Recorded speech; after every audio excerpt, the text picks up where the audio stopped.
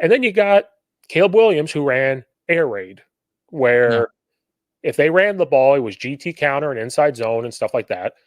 And the air raid, if Lincoln Riley teaches it like Mike Leach did, because I had a story from a coach that came on here. He got hired by Mike Leach to be the wide receivers coach. Mike Leach looked right at him and said, "You're hired, but if you ever tell my fucking wide receivers one high or two high, you're fired." Because he doesn't believe in saying, hey, if it's one high, you're throwing it here, and two high, you're throwing it here. He believes in that in a play call, the receivers are going to find an open spot, you're going to see it, and you get them the ball.